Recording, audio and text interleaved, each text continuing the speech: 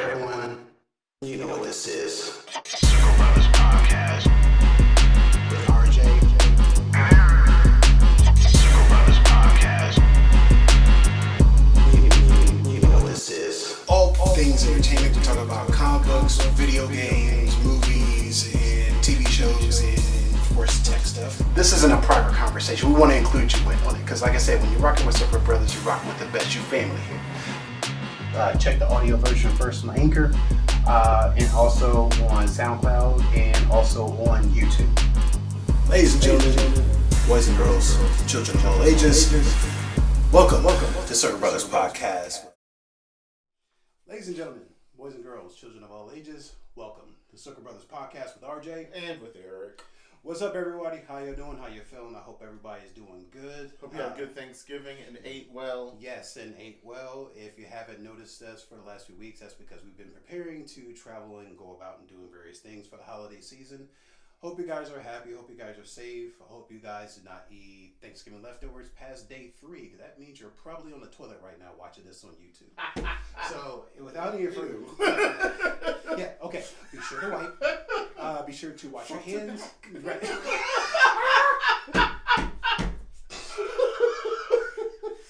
Oh gosh! And for God's sake, wash your hands, you filthy animal. So, be civilized, please. So, outside of that, we got ourselves a very nice, delightful show for you guys today. I hope you guys enjoy. Before we actually get into that, we do want to thank everybody for their likes and their subscribes, their comments and shares. I've actually did our check on Spotify for our update for the year so far. I guess it's the Spotify year. But we've actually been in 2 major areas. We've been in the United States and also in Mexico. Oh! So we actually are really, really proud about that. So we're actually getting out there. We're actually reaching people. We do know it's going to take time because we've actually started it back in March of this year. No, we've been doing this for a year now. Really? Mm-hmm. We started in November of last year. Oh, yeah. My old house at the kitchen table. Yes, we did. With Alika there playing Nintendo Switch. Yes.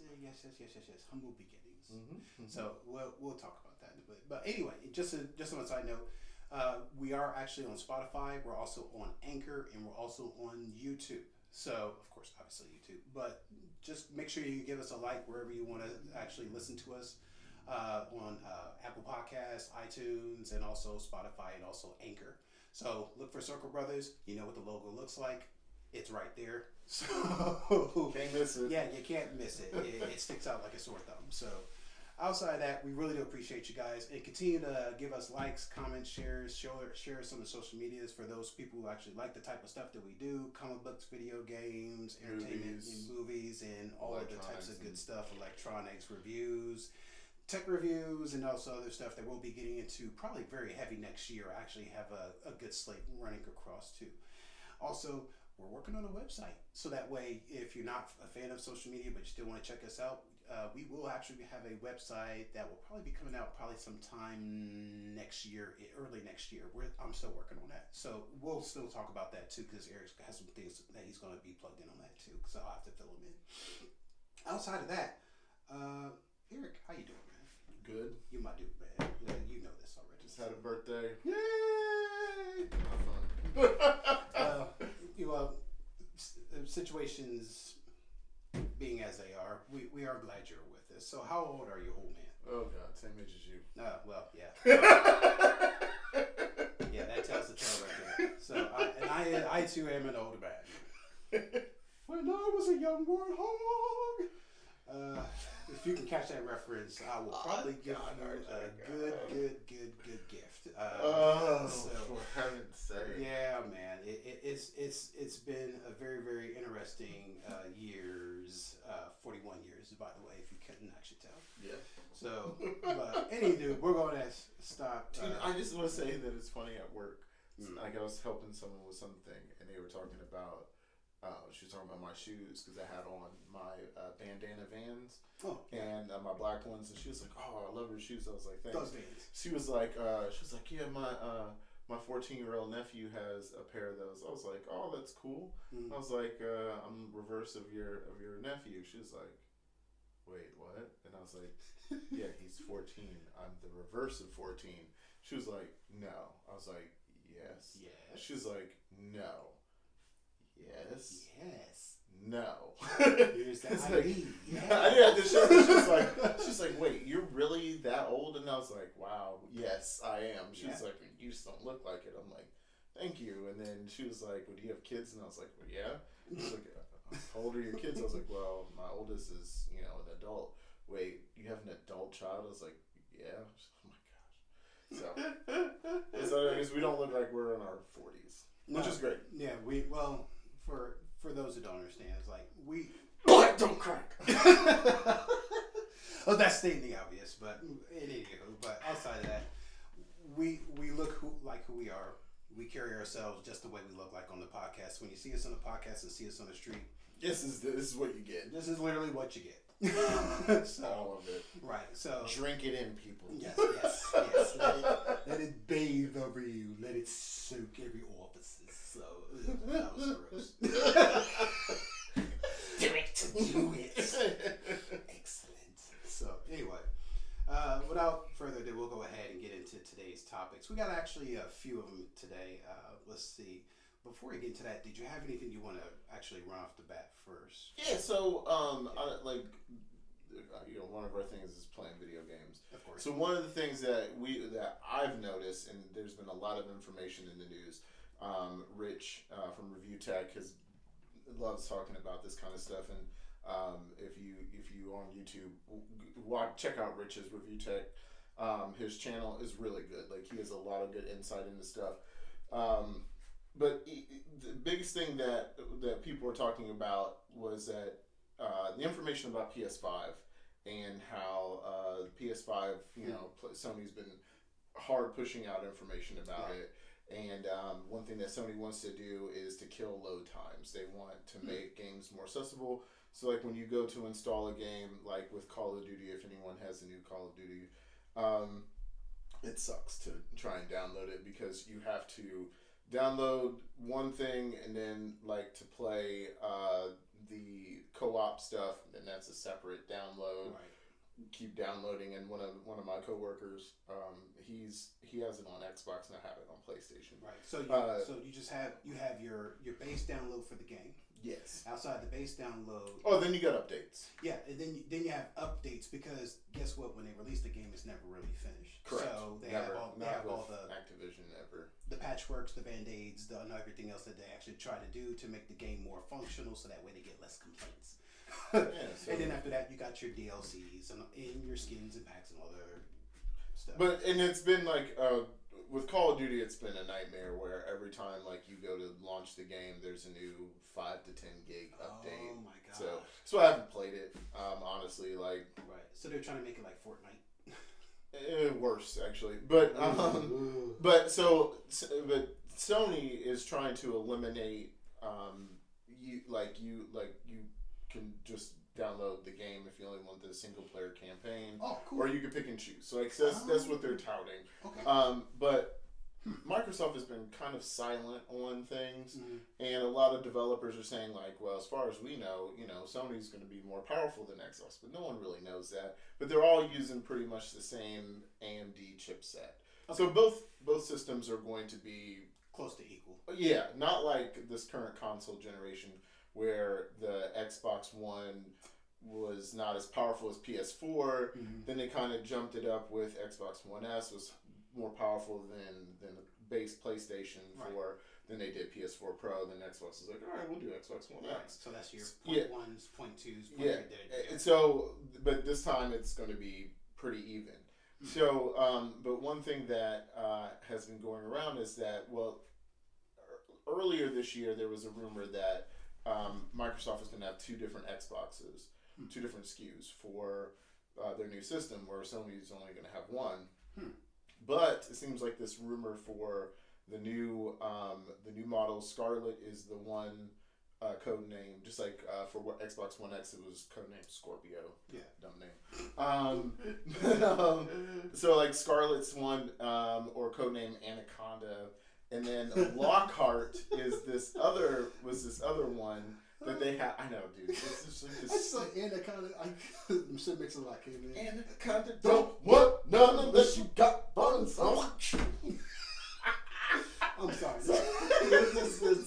That's where it goes to. God. So, but the talk is, and then also Spawn Wave, he was talking about this as well, is that they may do either a model that doesn't have as big a hard drive, or like a Sun model, or maybe this one will be like all digital, like they have the Xbox One that's all digital, the Xbox SAD. So, but this is so. The reason why people are kind of worried about Xbox is like Microsoft always holds back on giving information. And probably there's big NDAs with stuff. NDAs, non-disclosure agreement. And so, not to say that Sony's not a big company, because they are, but they're not as big as Microsoft. And Microsoft, if you screw up... Well, their video game division, I'd imagine. Still, all together. Still, like, just think if you have a company, then if you have email and stuff, and like, you're going to be using Microsoft products. So let's say if you break an NDA, well, you could screw up your whole business. Because then Microsoft will be like, oh, you want to talk when you're not supposed to? Guess what? You don't get no email. Sorry, we're cutting business with you. Doubtful, but or they could raise prices. I mean, who knows what they could do? But so I'm pretty sure any deals you have with Microsoft are going to be way more stringent than what Sony's going to do, because Sony has purposefully been leaking out information just so it keeps its name relevant in the news. So because people are like, man, I really want PlayStation 5. Well, duh, I want a PlayStation 5. But I also want the new Xbox. And eventually, when the new Nintendo Switch comes out, I will get that as well. So I'm agnostic when it concerns hardware, except for I will not get Google Stadia unless Google wants to give me one. Google, give me one. Then I'll play it. But yes, please. So that is something that we'll definitely keep our eye out on. Like, I think that's really interesting with the new console generation and stuff. Yeah, that actually is amazing, because, like I say, we already got the Switch out, and Switch 2.0 is already out with upgraded stuff as far as like the battery life and some other stuff we actually talked about before, and also the handheld. Now, what I found was interesting is that PlayStation stated in an article that they were no longer going to be going into the handheld market. Right. So they're walking away from like what was the PlayStation Vita? Yeah, that's been they've abandoned that. Yeah, they're just stating the obvious, because I'm imagining because of the Switch and also the handheld version of the Switch that you can take anywhere. The Switch Lite, which we already did a review for. Let's see, and I believe Microsoft was trying to get into that too. It's really weird with Microsoft, because they had some peripherals that they were trying to do where you can actually use your phone. Yeah, but see, that's where the xCloud comes into it. So with xCloud, it's their competition with Google Stadia, and then PlayStation also has PlayStation Now, where they're going to be leveraging Azure, which is really weird, because PlayStation Now is going to utilize the same technology that Microsoft is going to use for you to play their games, through the cloud, just like Microsoft is doing with Xbox. So eventually, I'm pretty sure all of them will be going to the cloud for certain things. I wouldn't doubt that Nintendo does it too, or somewhat leverages I bet that Azure for that stuff. I guarantee that they'll probably be the last ones to do it. Who, Nintendo? I don't think so. I think they'll be the last ones, as far as like going to like completely cloud streaming. Oh yeah. That's what I mean. But so if you have Nintendo Switch Online, that's all cloud based. You're not playing those games locally. You're playing them online. So you're playing like totally going completely. Oh no! I don't think they're ever going to. It's not going to be like that for a long time. Right. But I think that instead of having like their virtual consoles like we used to have on the Wii and Wii U, that all the older legacy systems will be completely cloud-based, which makes sense. I mean, because you can only push the hardware so far, but of course it's going to escalate every time as far as price range. People are going to get upset about that when he's like, well, you know what? Let's just find a way to give bare bones as far as the minimum hardware. We'll make it cheap, and that way we can just make money on the back end through the subscription service like everybody else. Yeah, well, coming from someone who builds virtual systems, and because I had to do that at work, dude, I had to like build Windows 7, Windows 8, Windows 10, Did you have to do them in stair steps or? No, I had to put them on a virtual, like on a hard disk. So I created them virtually and then put them on a hard disk. So then our dev team can like pick and choose which. Yeah. So if they need, I need to use Windows 7 right now, so you can grab Windows 7, plug in this disk, boot up Windows 7. Oh no, I need Windows Server and Windows. So I put 7, 8, 10. Server 2008, Server 2012, Server 2016, Server 2019, all on one hard disk. Nice. External SSD, and that's why I'm saying like cloud-based computing is right. You can. I've done it. You can put Windows on a flash drive and run Windows from a flash drive, but that's neither here nor there. Right. But it's just like I said with. Because of the subscription models, the way that they're working right now, I think the harder part back in the day was just trying to get people to move away from the physical items. We actually had a podcast about that a while back because I think it was one of our early ones, where people are actually used to the physical, like they used to going into a store, buying a physical copy of the game. That's like more our generation, right. But I think now, they're used to like apps and streaming. As far as the other generations that came after us, they're used to the apps, they're used to the streamings, they're used to paying subscription service. So they're actually fine with it.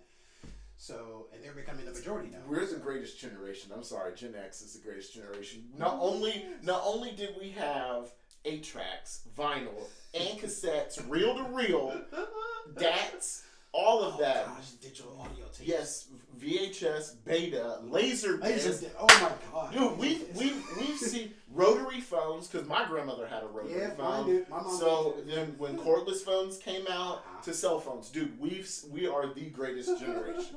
Not those. I know people love World War II. Those people who are in that called them the greatest. No, we're the greatest generation because we don't get in your face about it. We roll with the punches. And our attitude is... We adapt. We adapt. That's pretty much what it is. One of the things I like about our generation, too, and it is about the generation previous in our generation, arcades. Ooh. So, Pete Gang, I know this is going off topic. So, there's this new pizza shop that's around the corner from my house. Sexton Pizza. If you're ever in Reynoldsburg, Ohio, dude, check out Sexton Pizza. They are really good. So... I had pizza delivered last week. Okay. And I was like, well, they're not that far from me, so I'll just go around the corner and go pick one up. Right. So I went into their shop, dude. It is like they have the 1-Up arcade stands. Ooh. And they have like Genesis competitions. Ooh. Yeah, we're going to go there. Yes. We're going to go there. Because there's a few of them. Because I think there's a few of them. Because we're actually in Columbus, Ohio. If you haven't picked that up, there's a few barcades that are actually out. That have actually like 16-bit. Yeah, 16-bit. There's a few of them in. There's another one in Short North. Mm-hmm. It's 16-bit. There's two. There's one in the Short North, one in Dublin, in Bridge Park. Okay. That's where I work because we're right above. Oh, okay. That's our.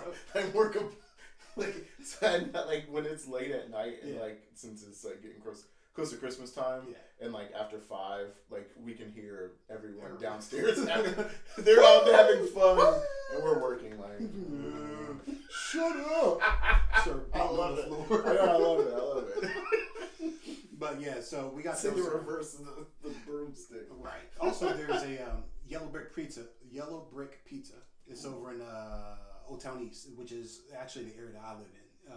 It's actually like real close to downtown Columbus.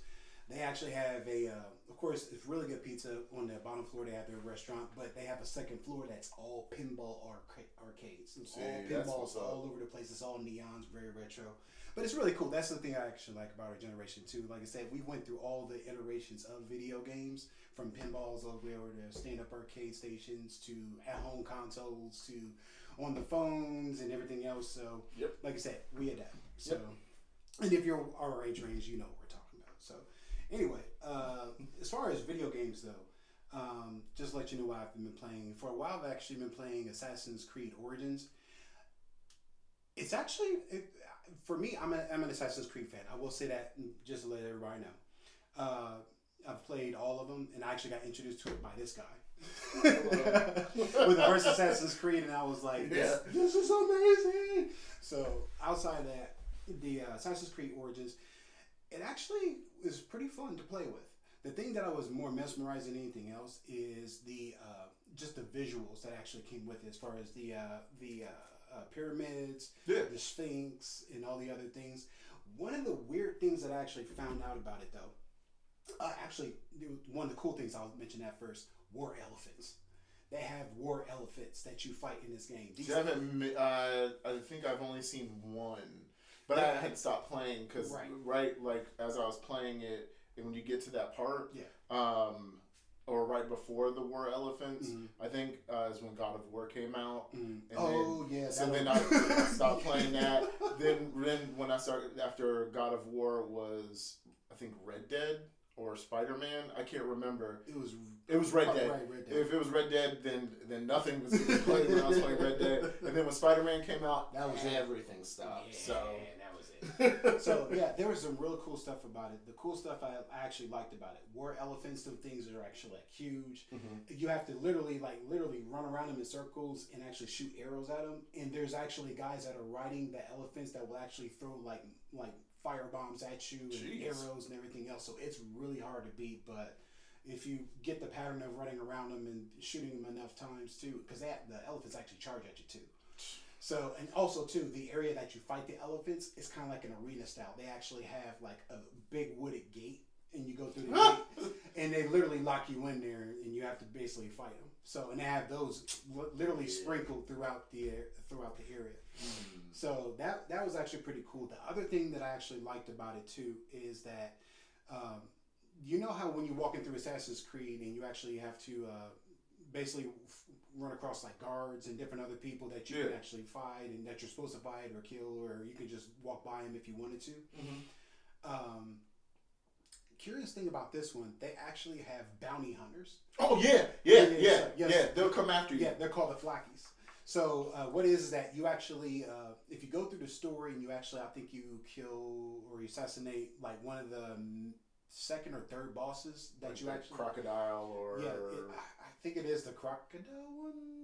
Yeah, I think it is the crocodile one. I can't remember which one, but it's very early. I think it's like either the second or the third one. And then they get announced with the horn, right? And then like you can see like the there's like a whole entourage that comes with them. Dude, I hide from them, right? Because what it was, it really freaked me out at first. Because after you kill him, the actual boss will say, "Hey, I'm gonna send my people after you." Blah blah blah blah. I ain't think nothing of it. I figure, okay, cool. It's probably just regular minions, whatever. Cool, no problem. And I'm sitting there running through what's the name? And they send me a message like, "Hey, there's some flockies in the area. You may want to watch out because there's actually going to be a horn, and there's this big blaring horn, like wow." Right, and I'm sitting there like, "Dude, what just happened?" And then all of a sudden, I'm dead. So what it is that they have bounty hunters that are running around, and if you look in the map, they actually have like little horns. I think it's like an orange icon. So that's actually very cool because I throughout Assassin's Creed, I don't think there's actually been that type of element in it. No. So that was actually cool. So I actually really liked that one. The pacing was a little bit slow, but it actually starts to pick up, and that's typical of Assassin's Creed games. They start off kind of a little bit slow, and then the more you play, the more you start to progress. So I actually like that part about it too. Dude, I didn't realize how hard it was to kill the hippos at first. Because like them hippos do not. Dude. Yeah, they're water cows. So as they say, it's like so hippos are water cows. They give you little factoids about certain animals that are there. That and the crocodiles. Until you start leveling up in your weapons, those are your animals you want to avoid. Pretty much. So those are the things that I actually did like about it. The scenery was awesome. The play style. It took me a minute to get the play style, but you can pick up on it very quickly. The little the buried treasure, the temple hunts for the pyramids and the Sphinx and all the other. When you're swimming underwater and there's stuff underwater still. Oh the sunken ships and the sunken treasures and different things like that. That was awesome. The things that I didn't quite like is that they have two different things, I guess, as far as balancing the scales of power when it comes to your weapons and also the benefits to your weapons. Because there's one that's actually like there was one weapon that I picked up, and it was actually one that said I think it's one that actually reduces your health intentionally. Like it's like, oh yeah, when you pick this up, it reduces your health by half. So I'm like, why would you? And then I thought about it's for those people who like to play on the hard setting and want to present more of a challenge to themselves. So I was like, that's handicapping. No, right. So I was like, you're getting sold. So that weapon. But the other thing. What was your favorite sword? Or your favorite weapon, I should say, because there's swords, spears. There was so some of the just to be able to progress through it, I actually cheated a bit. So what I did is I actually looked through some of the YouTube things because there were some things that it's very hard to figure out unless you actually go through someone who's actually already been through it. One of which is there is a area that is right in front of the Sphinx. And what it is that you have to hit these certain markers, I believe, when the sun actually rises, or actually, see, the sun rise or sunfall, when you have to hit these certain markers, and you have to hit them in succession with your arrows. When you do, it actually sets off like some type of chain reaction. There's this huge beam that shoots up, and down comes this being. I don't know who he is. But he has like this wings and armor and all this other stuff, and he gets wrapped around, and I'm sitting there looking like, what in the world is going on here? And these wings start coming out, and they shine his face, because first his mask, then the mask comes off. That's crazy. And it's this Indian dude, or at least appears to be Indian dude. But he's in Africa. Wispy hair. Now, I'm getting there. So he's got this long wispy hair. He has this grin on his face. And then all of a sudden, he takes the wings and literally shoots up in the middle of the sky. Oh. And there's some type of light or something like that, and it actually shoots like lightning right to the ground. Boom! And I run over to the lightning because it actually says that you need to pick up something. And I pick it up. It is this particular sword and shield combo. Ooh. That's from Final Fantasy. That character was from Final Fantasy, and it was an Easter egg that I actually got it. And that was the most powerful weapon that I actually got, because it says when you get low enough, basically when your energy gets low, it tries to give you more energy. So basically when your health is at critical, it gives you more energy, or it gives you more power, or more health. But the weapon itself is like really powerful, and even the shield is like bleeding on hit. Oh. So if somebody tries to hit you, they immediately start bleeding. Jeez. So that once I actually got that, I was like, yeah, it's party time. I'm lighting everybody up. Oh, side note, the sword is electric too. Jeez. So when you actually start hitting people and stuff, when you pull it out of the sheath. The Ultima Blade, dang. Yeah, dude, it started being electrical and starts shocking people as I like stab them and stuff like that. Everybody was running. So yeah, so once I got that, that was my everybody about to get it now. So I'm just rolling up on people like the West Coast, just rolling up. What's up, cuz? Stop. So I'm normal. I swear I'm normal. But yeah, it's normal. Yeah, it's normal. But anyway, so that was the most boss weapon I had. Outside of that, it was really hard to get legendary weapons though, because the weapons that you pick up from different enemies and stuff, even the random guys, is actually at random. So I didn't actually start getting like legendary weapons until like way late in the game, to actually get to the higher ups. But once I actually started, I did a lot of grind work so I could try to max out like all of my like health and everything else, even the assassin blade. Once I actually got all that, then I started going after the Flackies, because I actually killed one by accident, and I was like, I didn't know I could kill him. And then I watched a YouTube video. It's like, yeah, when you kill him, you get legendary weapons. Oh, so now you want to kill all of them? Oh, they all got it. I'm just rolling up on them like, yeah, what's up, cuz? You gonna die now? Like, oh, word? Just start. I like the way you die, boy. Like, kill lights. Oh, that's funny. Oh gosh. Bonus points if you can get the video on that one. So anyway, so that, long story short, Assassin's Creed Origins, it should be pretty cheap right now. I think it's actually about like $15 if you haven't bought it already. Just go ahead and pick it up. $15, $20, I think about at maximum. It's still a fun game to play. It's a slow one, but it's a slow burn. So it's one of those things you can just play it probably about 20, 30 minutes a day, if that. And you'll still be able to get a good enjoyment out of it, because there's lots of fun that you can have with it. Outside of that, started playing Assassin's Creed Odyssey. I'll probably be talking about that a little bit more. I haven't gotten too far into that, but it actually feels pretty good so far. And it actually has a lot of good scenery in it too. I think it takes place in Greece for this one. So I'm going to hold off on speculation on that. I'll talk about that probably a little bit later in future podcasts.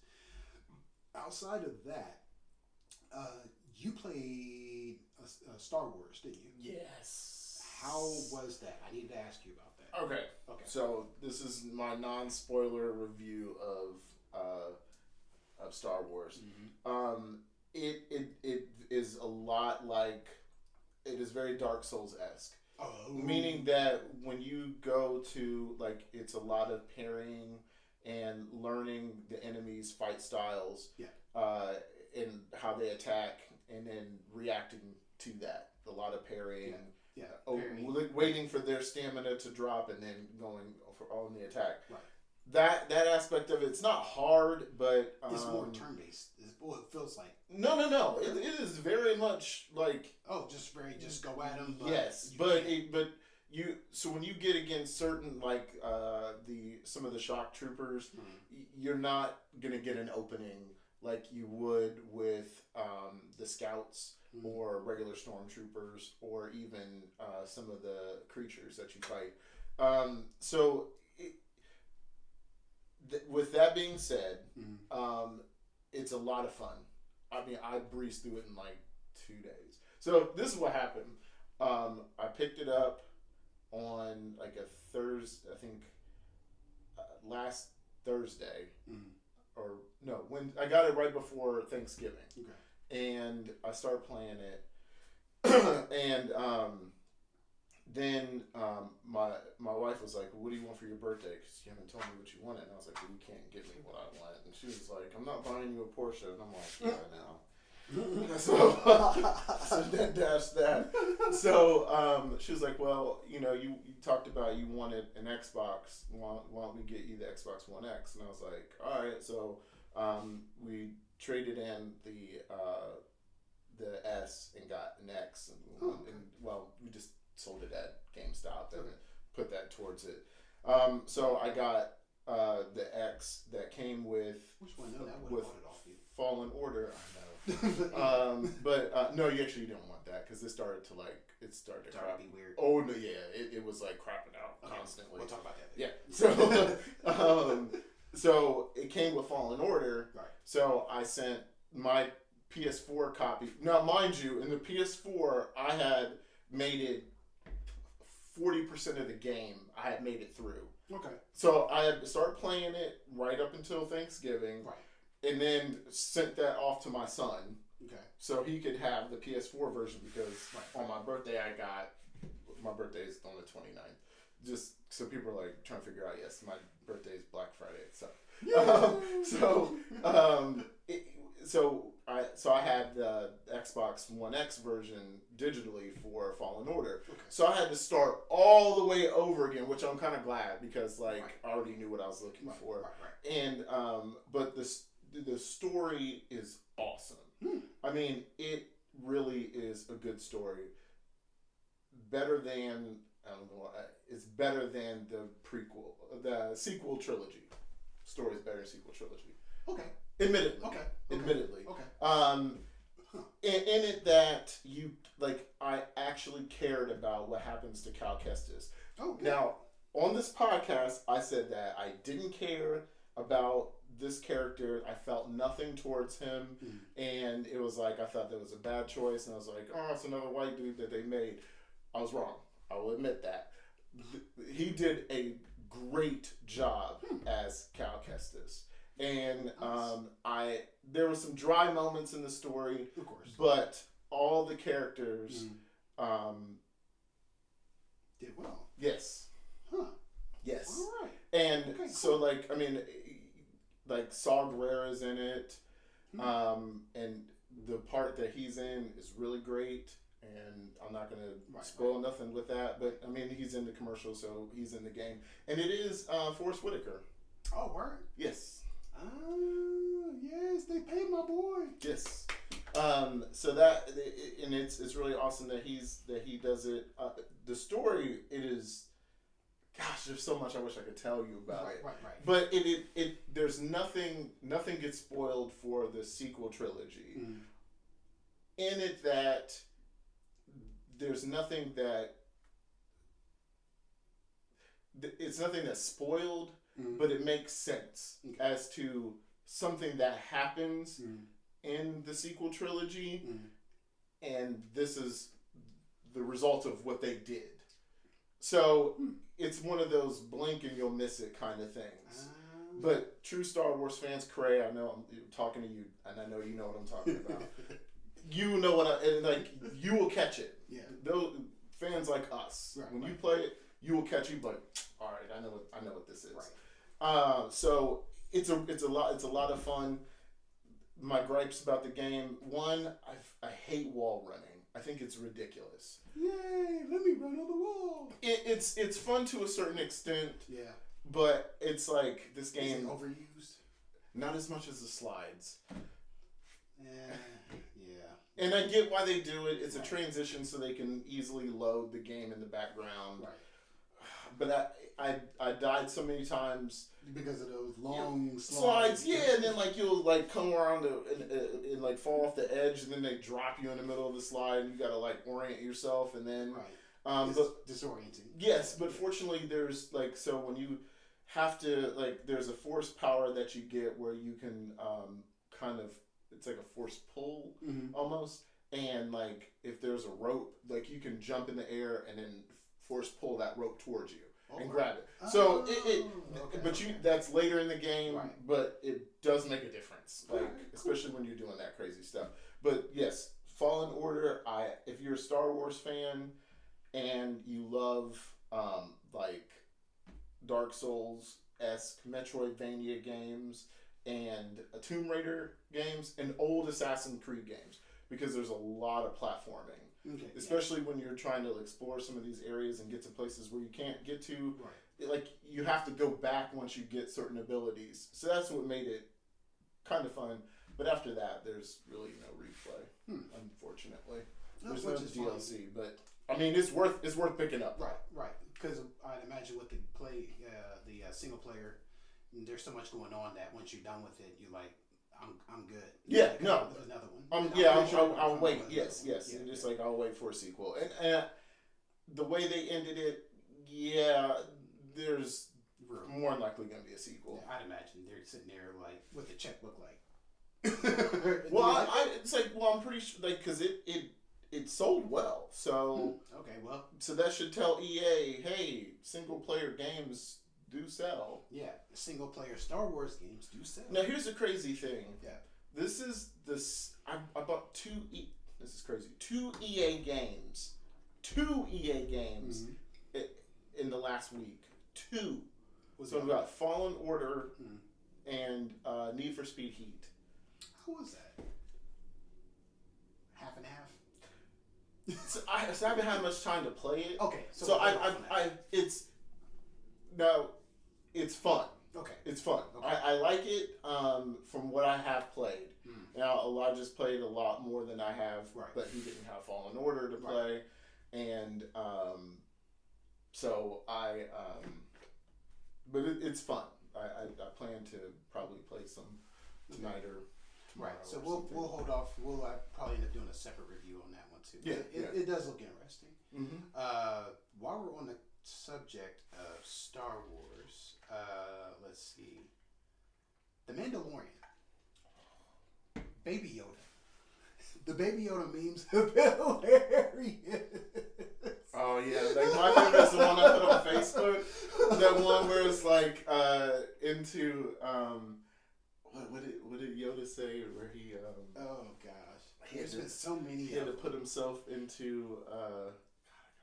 There's one that's where him and Baby Yoda were actually in the ship, and Baby Yoda keeps flipping the switches. Oh yeah, in the exile I must go. Child support I must obey.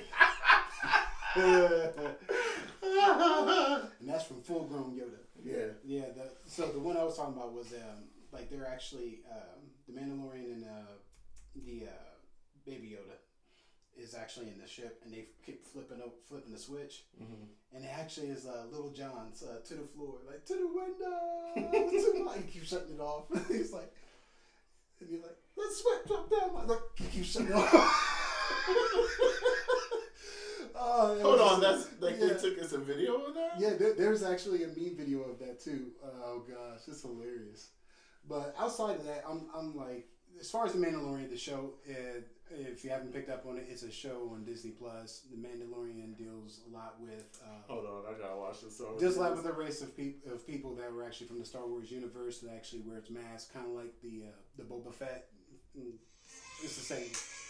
That's it. If you can hear it, please don't copyright strike us, but we're not getting monetized for this, so.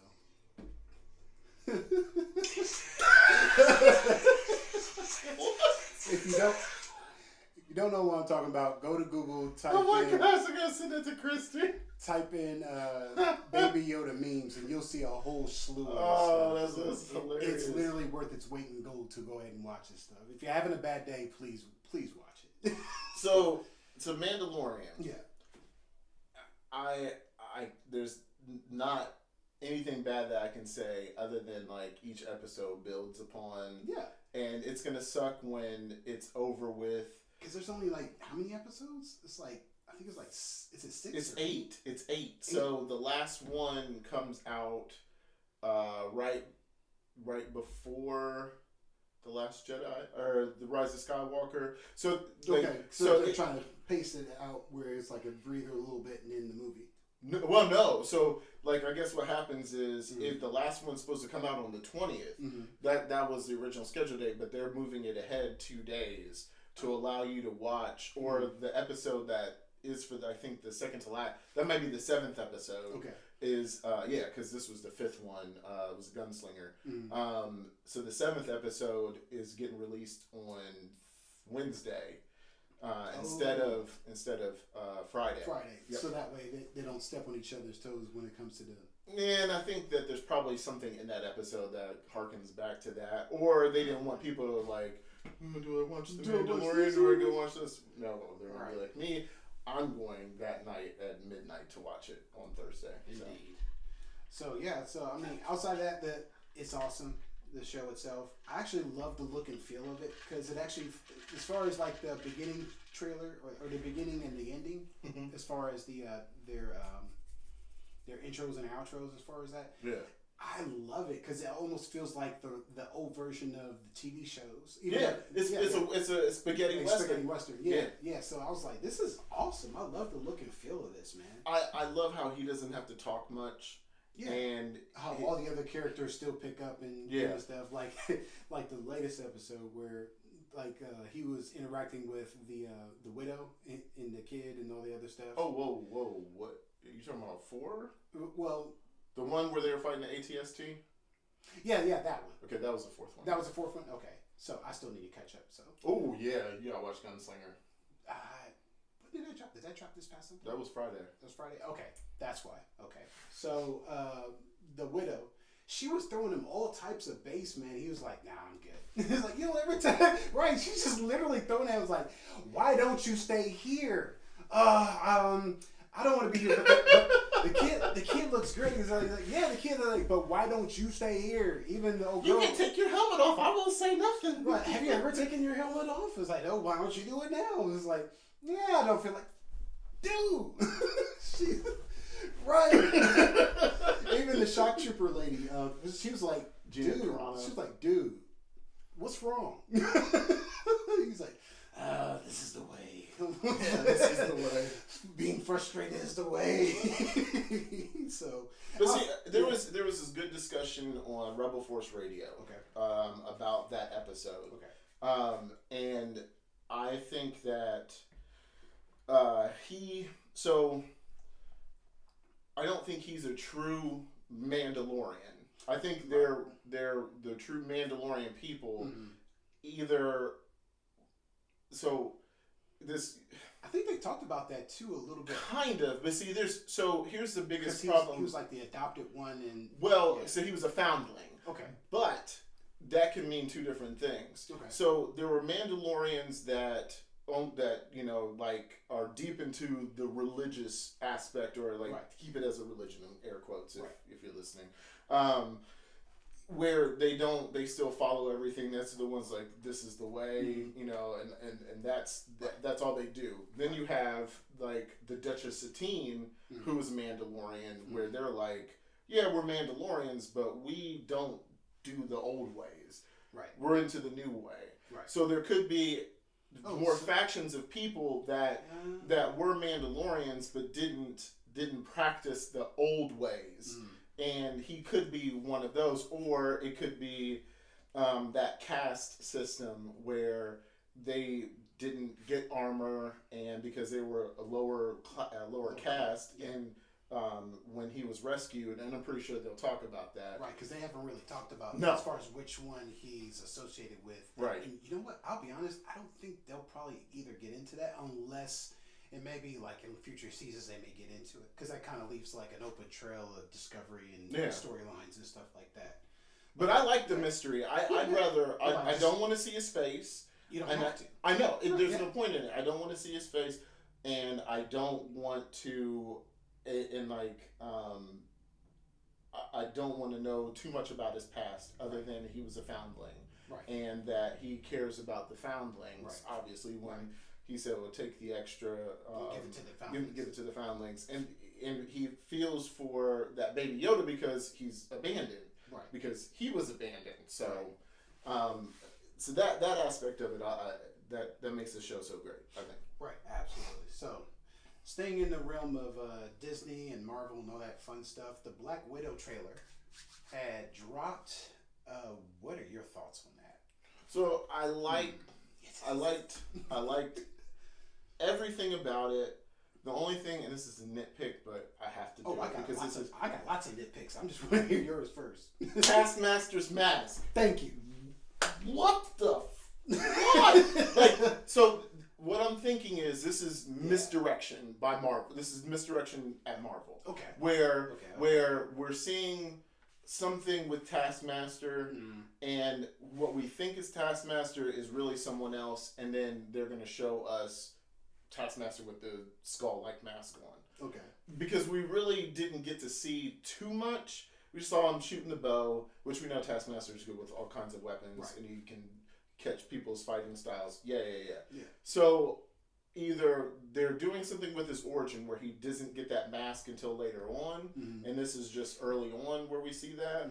But that was one of my biggest gripes. Like when I saw that, and I was just like, see, but here's the thing about that, because I had the same gripe too, and I went back and I looked at Charlie's Emergency Awesome's video about the Black Widow. He actually gets really in depth into it. If you wanted to actually check out that story, just check out Emergency Awesome's YouTube. Oh yeah, it's worth a watch. So it is. After you watch us, watch. And we don't know Charlie. We just love his channel. Right, because he's really good at what he does. He's been doing it for years. So I will promote that man. So definitely. So outside that, when they actually did a still shot of a Sportsmaster, I was almost calling him Sportsmaster. The reason why I almost call him Sportsmaster is the DC version of Taskmaster.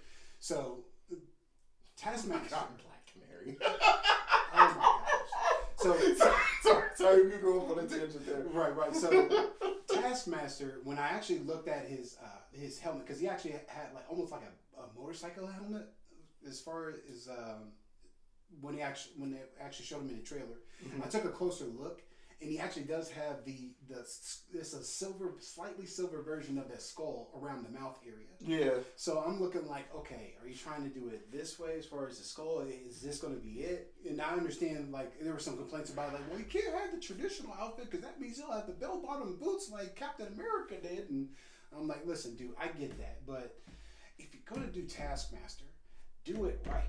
Yeah. So, and it's the same thing like Baron Zemo.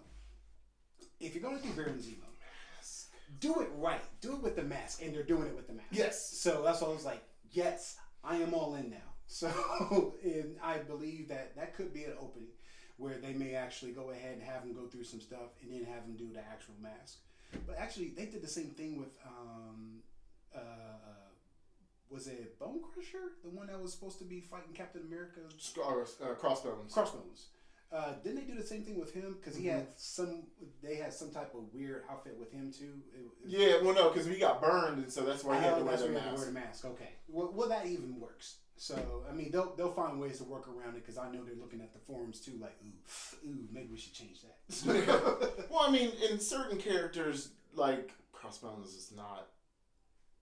Yeah, he's not a major hit. But Taskmaster is like Taskmaster's major character. He's big in in everyone's world. So right. So, good friend of mine, coworker Joey Cison. I'll eventually I'm gonna get you on the show eventually, Joey. Be patient with me, buddy. But he actually mentioned a very good point too. It's like, it's like, since you got Thunderbolt Ross there, and you also have General Ross, and also Taskmaster, who's coming in on this one. That'd be a good perfect setup for the Thunderbolts.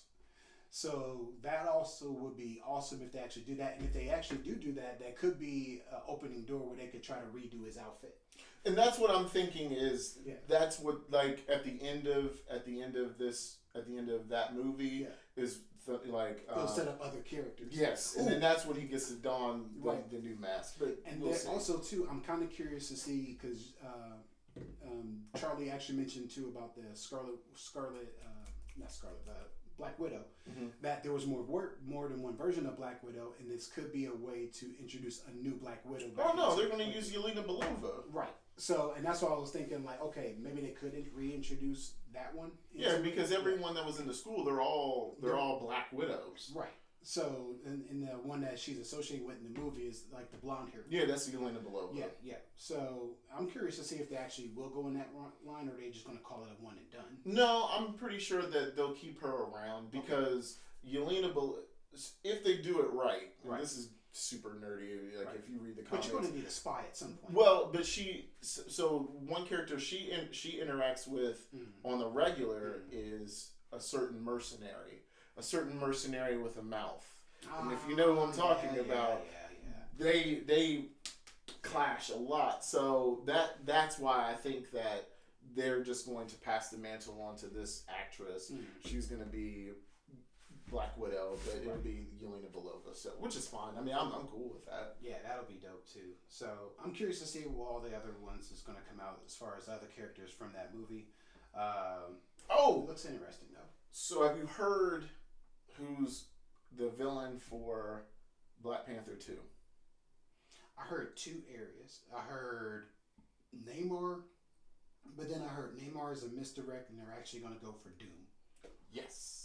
So I'm like, I don't know. So, but that actually does make sense. Of like, if you're going to do a War of Kings type of thing and bring all three of them in, I was like, it's kind of soon to bring all three of them in, though.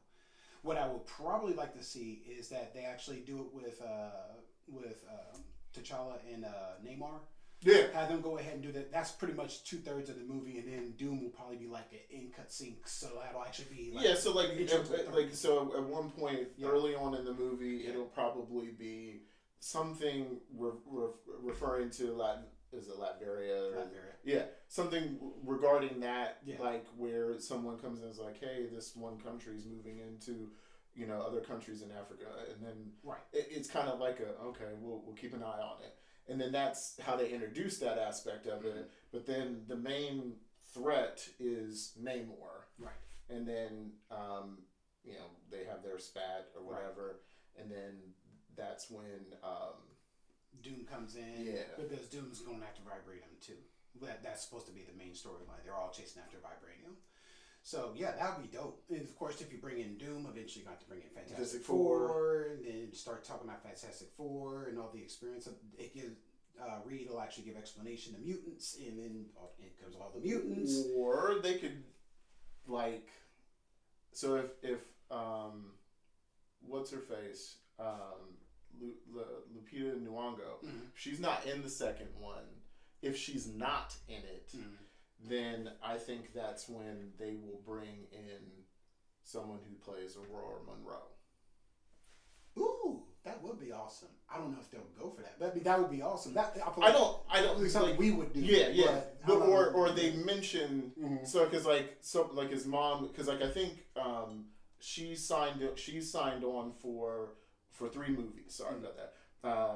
The person who plays his mom, I forget what her name is, the actress's name, and obviously his sister, she signed on for 3 movies. She signed on for the traditional 3. So and all the other films, but so she's doing 3 Black Panther films. Right. He's doing 3 Black Panther films. Right. But I don't know if Lupita Nyong'o signed on for more than just that one film.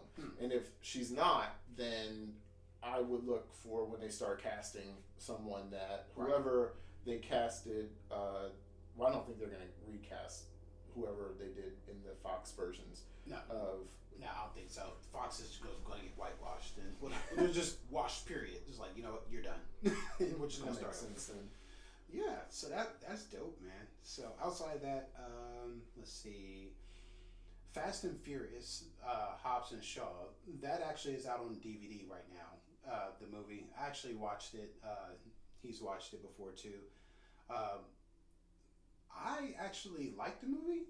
I was like, okay, cool. I could see this is actually being like a new reboot to the franchise, trying to start off something different. Not reboot, like a traditional, but like kind of like an extension to the Fast and Furious franchise. Yeah, I actually like it. As far as the camaraderie between like The Rock and Jason Statham, that actually works out pretty good, like a traditional buddy cop film, something like that. Yeah, it was. And the funny thing was how what's his name? The air marshal. Oh, Kevin Hart. Kevin Hart.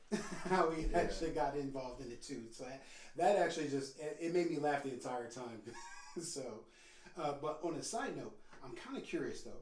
Wasn't Jason Statham the one that actually killed one of the other Fast and Furious characters, the one Asian guy? Han. Yes. Didn't he kill him? Yes. Well, he didn't kill him. He hit his car. His car flipped over and exploded, and that's what killed Han because his car exploded. He killed him, but he didn't kill him. Yeah, he had something to do with it. Yeah, I'm coming for all of you. But they. But at the same time, now I'm saying I understand the dynamic because that was the connection to the Fast and Furious characters, but none of the characters from Fast and Furious are actually involved in this one. It's just The Rock and Jason Statham. So The Rock and Jason Statham, they carry a different dynamic moving on forward. Yeah. So it just felt funny because I was like, but then again, The Rock was never a fan of the Fast and Furious characters until like way late. Right. Like towards the... Well, and I think what happened also was because Fast and Furious is really Vin Diesel's movies. True. And Vin Diesel and Dwayne Johnson, I think, had some issues, and then so I think they've worked them out. Then it kind of went to Tyrese. Tyrese and The Rock had some issues. I think that was like a fake fight. I don't know. No, it's Tyrese. Like, you trying to take on Josh, man? Black actors. Because if memory serves me correct, everything was moving forward, and they were going to continue the franchise for as long as they could. And then what's the name passed away. Yeah. And then the ones who were in charge started trying to think about, okay, well, how can we go ahead and continue with the franchise without him? And then I think they had like a couple other movies after he passed. Was it one or two more after he passed? I want to say two. No, just the one. They just did. It was 8 because 7 was the last one that he was in. Mm-hmm. I think. Gosh, I don't know. It's like Furious 8, and then they try to remove all the numbers and just go. Yeah, Furious. 7. It was 7. Yeah. Okay. So yeah. So after that, they were like, okay, let's think about a new version instead of just putting out the same thing over and over again. The Rock was like, hey, like, why don't I go ahead and pitch this idea of having me and someone else? And then they came up with Jason Statham and all this, that, and the other one. Tyrese Gibson got wind of it and then started getting an attitude because he was like, because if you do it in that direction, you're going to keep all of us from actually being able to continue on a franchise. And I got bills to pay. So that's how all that started. So, and The Rock was like, man, whatever, man. Go on about your business. Whoa, okay. So this new one, it's going to star Vin Diesel, Michelle Rodriguez, Jordana Brewster. I can't believe they're bringing Mia back. Tyrese. Oh, they're bringing it back for the new one? Yeah. The one after this one, the Hobbs and Shaw? Yeah. So 9 has been in production. Okay. Oh. It is getting released May 22nd next year. Okay. So Ludacris, Natalie Emanuel, she's gorgeous. John Cena, Helen Mirren, Charlize Theron, and Michael Cena. And then Michael Rooker's gonna be in this one. Just throw everybody in there.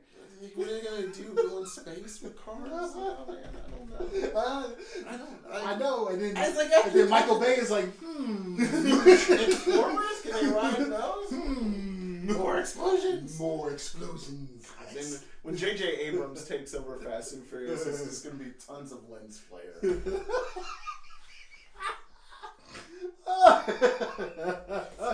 is gonna that's the one thing about J.J. It's always lens flare. I mean, it's like, alright, so like, you know, directors all have their thing, their shtick that they love. And Spike Lee has that one shot where he's right up on that person and they're like the moving him still shot. Or he also has the rotating camera. So that's his, but that lens. Sorry. Oh gosh. But outside of that, one last thing we'll talk about, and this was going to be a big one. That's why I left it to the end. Going back to TV shows, we're talking about HBO's Watchmen. Okay. There's a lot going on in those. I'm so sorry for spoiling that one thing for you. No, it wasn't a spoil. Not for me. So, I don't really care much about spoilers. I really don't care. Well, I know they didn't really, because I didn't say who it was. No. But it was just because I thought you had watched it, and I was just like, holy crap, he's, I don't know. But when I sent you that last message. Okay, hold on a second. Spoiler warning, if you have not seen the latest episode of Watchmen, which is episode, was it? 7. Episode 7? Wow, has it been 7 episodes already? They go through so fast. That is curious. But anyway, we're about to talk about HBO's Watchmen. If you haven't seen Watchmen as of yet, you may want to go ahead and bow out now. So, because we're about to get into spoiler-heavy territory, so you have actually been warned. It is 7, yep. And almost religious awe. Yeah, because there's one more episode after 2 more episodes. 2 more. Okay. So, you've been warned. We're going into spoilers now. Dr. Manhattan. A couple different things. Did not know it was old dude. Her husband. Yeah, her Angela Abar, her husband. Did not know that. The other part I did not know was because there was also a callback to earlier episode where Charlie was actually mentioning that when Dr. Manhattan was on Mars at one point and he was building whatever he was doing over on Mars. Yeah. I actually took a closer look and Charlie said that was actually that was actually the castle that we're looking at for Ozymandias. He was building that castle that he was going to put Ozymandias in. And I actually looked at the structure. I was like, holy crap, it is. But he's not on Mars. I know. It was he was only there for a moment just to build that. Right. That which is the reason why all the clones and everything else is saying that, hey, our master was here and then he abandoned us. And that's been the whole thing. Is the person who created us abandoned us. Yeah. Yeah, because he was y'all stay there. Y'all good. He out. I just didn't know he was actually riding around in a human shell. So, which is funny because when Angela Abar took the hammer to do, I was like, whoa, what's she doing? Before it got to that point, when that one, what's her name, the rich lady, the one who's building the clock tower. Oh, when she kept saying time something, I forgot. Whatever her name is, it doesn't even matter. Yeah. But when she kept Lady True. Yeah. When she kept saying stuff asking about her husband, at first I was like, wait a second, she's way too invested in what her husband's doing. Yeah. And then they said, well, he was in that car crash and then he lost his memory, and I was like, there's no way because earlier in the episode they explained that Dr. Manhattan was in Vietnam, right? But he never left, or he did leave for a moment but came back, right? And then it was it was odd that he would have that this guy got into a car accident, lost his memory, complete memory loss, right? And she deals with memory. She was like, that's kind of a strange thing. Because nobody gets complete amnesia. That's right. When they were sitting there drinking tea and and I was like, that's when I sent that message. I think I know who Dr. Manhattan is. Because that's why I sent that. I was like, holy crap, there's no way. And then it turns out that, that was her. So, that's why she has, Angela has, they're kind of building that with Lori, that they have a connection that they don't, an unspoken connection Yeah. that both of them kind of think about, but don't realize it. That's why when she saw, like, when she saw her in the booth talking to Dr. Manhattan, she kind of had a look on her face like, like, what you doing? Why are you talking to my man? Why are you talking about man? So this show is just right. So I'm kind of curious now because it was like, as far as the husband, she takes the hammer to him, pulls out the piece and starts talking to the piece. So here's the question though. It was like, and then just bathed in blue light. Right. So here's the question though. Is Dr. Manhattan actually hiding in that piece specifically, or is the whole a part of him? Right. Is the whole body of the husband actually kind of like a shell? Because they kept mentioning the cracking of the egg. Yeah. So it's like, is he really actually inside of him, or is it more that thing that she has is more like a CB radio, or kind of like a CB radio, and he's literally somewhere else, and she's just talking to him through that because he knows he can put his consciousness through that and actually be inside of the husband. And she was like, well, we already talked. We talked about this. You know, I just want to tell you, I love you. I care about you. You know. And then she called him John. Right. It's like, why you call me John? I was like, what? At first she was like, are the kids asleep? Yeah. Okay, cool. Nickel. Right. So I'm like, oh my gosh. Oh crap. This is you know what this is. So anyway, I'm sitting there looking like, dude, oh my gosh, this is an amazing show. This has got so many layers. Dude, when Ozymandias was a child, you get him to say this, it's like, then I finish the rest. That was awesome. That was awesome. Yeah, I had to pause on that and just laugh for like a good 15 minutes because that was hilarious. And then they just pull out the pigs like, we're going to admit you by a jury of your peers. Here come the pigs. It's like, guilty. Hold up with the pigs, guilty. So I'm sitting there like, oh, well, that's just wonderful. So I wonder what they're going to do with him. So, well, I wonder if it's Lady True that gets him, or she was waiting for her satellite that she launched. Because we don't know when that timeline is happening, right? When that trial and everything, because supposedly all of the stuff that we see with him is like that's 1 year. Every time we see him, it's a different year. It's a different year. Yeah. So that's crazy though how they're doing the time jumps like that. Yeah. So we don't know when between the year jumps. We know that's his. So basically, that's his timeline for right now, and then we're seeing the timeline of Lady True and Angela and everyone else in another timeline. And then you have Dr. Manhattan, who's sitting outside in his own timeline but can interact between the two.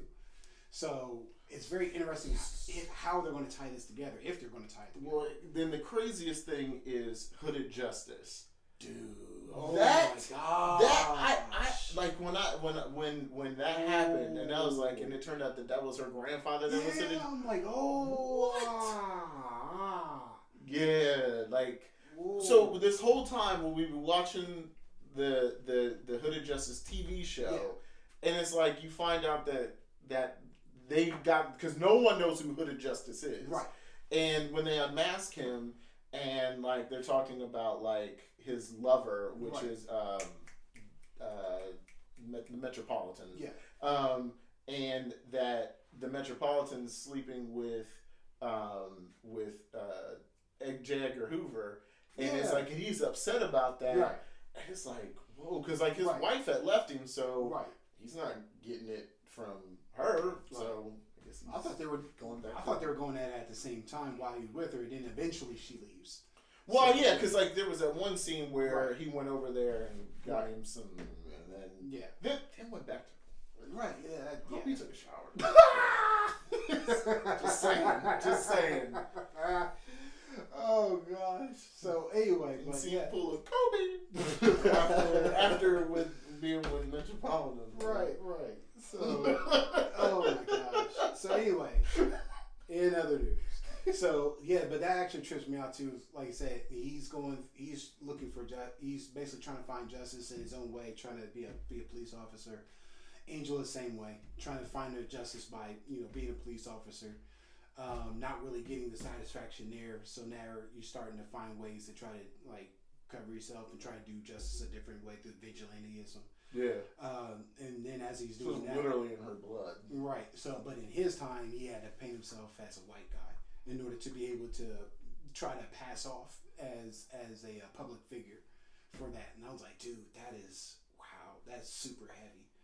Wow. And so, but yeah, it actually fits for the time being, and I'm glad they actually started covering those pieces. Did you catch that when they went to I think was it the second episode when they went to that farm and in the house was that same picture from that bank? I missed that. So if you go back to that episode and watch, and because I did that, after I found out who Hooded Justice was, I was like, oh yeah, now I got to go back and catch all this stuff that I know I missed because I didn't know. Right. So one of the things was, before we saw the whole thing where Hooded Justice was up with the other heroes, and they unveiled that thing about with the bank, that same picture was up in that house when they were fighting all the 7th Cavalry people. And the guy, she went into the when they got the Gatling or the 50 cal, they were shooting it. Then the other guy. Oh, the house that they were raiding. Yeah, that picture was up in the house, along with I think the symbol was up there too. Oh, the Cyclops. So outside of that, it's still a very, very heavy show. I suggest that you continue watching it, continue supporting the show because it's really, really dope. That last episode was just like, whoa. It's very rare that I can watch a show and Eric can watch a show and we can't figure out which direction it's going, but we like that in a good way because there's so many different layers you really can't tell which direction it's actually going to go. It leaves the intrigue there, and we love that for shows. And then the thing that made me because I remember when she was looking at. In that last episode when she was in the video store and she was looking at the videotapes and they hyper focused on the one about the video about the elephant. And then and then only to find out that the elephant was what was giving her the memories when she went to the room. So it's like they've been like, and I'm still confused about the elephant. I was like, oh, because I actually thought it was her grandfather at the moment, but then it was like the elephant. I'm like, okay, I know elephants aren't supposed to forget stuff, but it's like, what's the deal with the elephant?